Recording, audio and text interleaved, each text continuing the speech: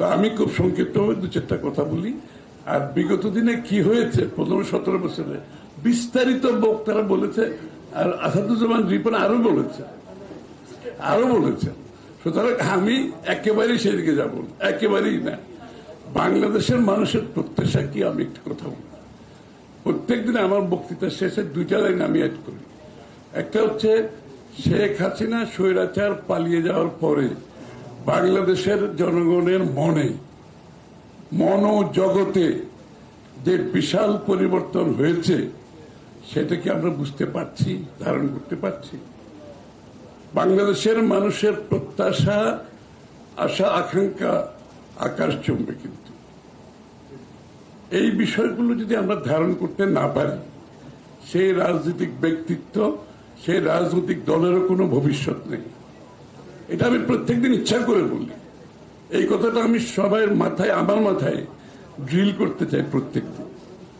যদি না বুঝি তাহলে দলেরও ভবিষ্যৎ নেই, আমারও ভবিষ্যৎ নেই, দেশেরও ভবিষ্যৎ নেই, কারো কোনো ভবিষ্যৎ নেই। So we have to understand this. দ্বিতীয় কথা হচ্ছে, এইটা আন্দোলন হয়েছে। হ্যাঁ, আন্দোলনের কৃতিত্ব নিয়ে যদি লড়াই চলে তাহলে বাংলাদেশের ভবিষ্যৎ নেই। কারণ কৃতিত্ব তো এখন আমি নিজে আমার কৃতিত্ব বলতে পারবো, শেখ হাসিনার মতো ওর বাবা বাংলাদেশ মুক্ত করছে, যুদ্ধ করছে, তাদের দেশ। এটা তো এই একটা কনসেপ্ট কেন এখন বাংলাদেশে চলতেছে, যে এই আন্দোলন আমার কৃতিত্ব আমাকে ভোগ করতে হবে, আমাকে বাংলাদেশ চালাতে হবে, বাংলাদেশ কিভাবে চলবে আমাকে সিদ্ধান্ত নিতে হবে, আমার সিদ্ধান্ত না আসলে আমি এটা করব না, আমি সেটা করব না। একটা কালচার, এই কালচার থেকে তো বেরিয়ে আসতে হবে।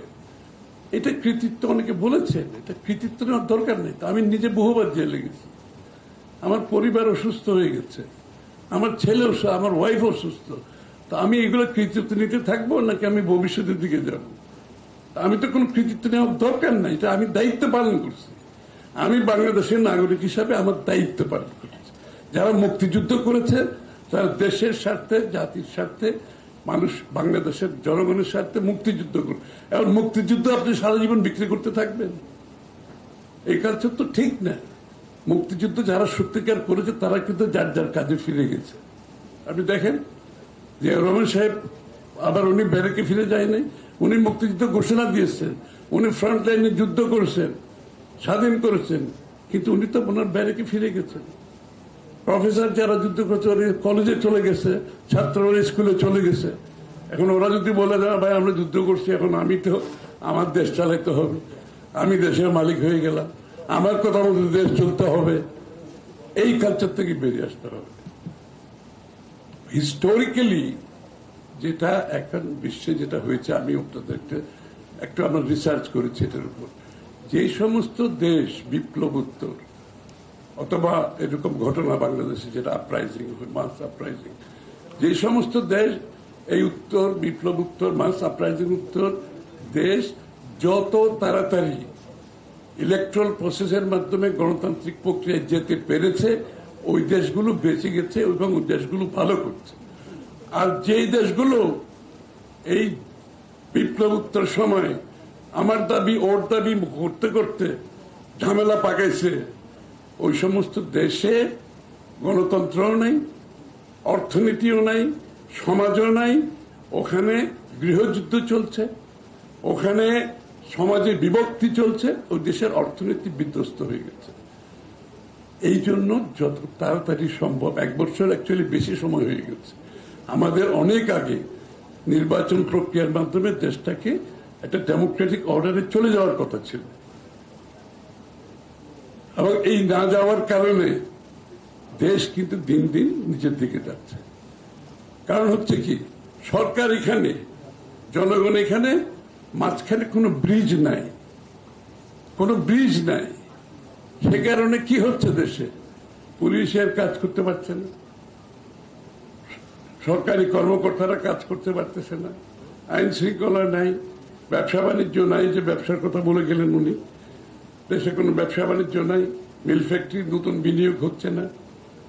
কারণ তো করবে না তো, এটা তো সম্ভব না।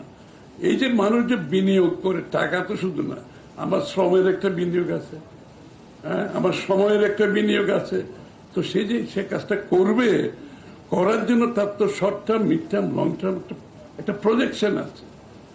এখন তো সেটা নাই। ইন্টেরিয়াম মানে তো ইন্টেরিয়াম ভাই, বুঝতে হবে তো।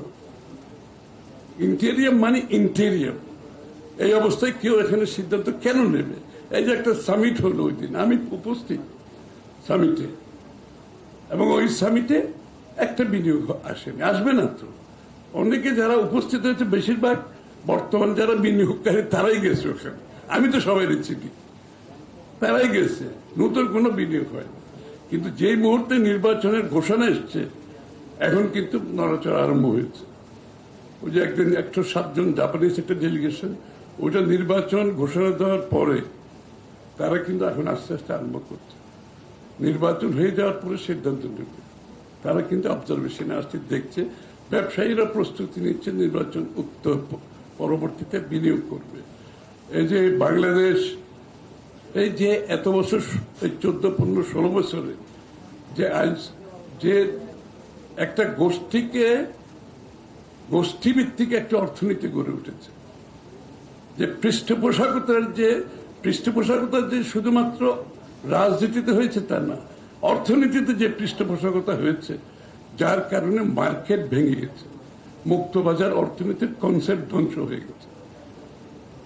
এই জন্য বিএনপির একটা বড় স্লোগান কি জানেন? Democratisation of economy. আপনি খালি রাজনীতিতে ডেমোক্রেটাইজেশন করবেন আর অর্থনীতি আপনার পকেটে থাকবে, আপনার লোকের পকেটে থাকবে, democracy will not work. Democracy তখনই কাজ করবে আপনার রাজনীতি গণতন্ত্রায়ন হবে, অর্থনীতি গণতন্ত্রায়ন হবে, সমাজতন্ত্র গণতন্ত্রায়ন হবে, আপনার পরিবারও গণতন্ত্রায়ন হতে হবে। তখনই বাংলাদেশে আপনি গণতন্ত্র কাজ করবেন।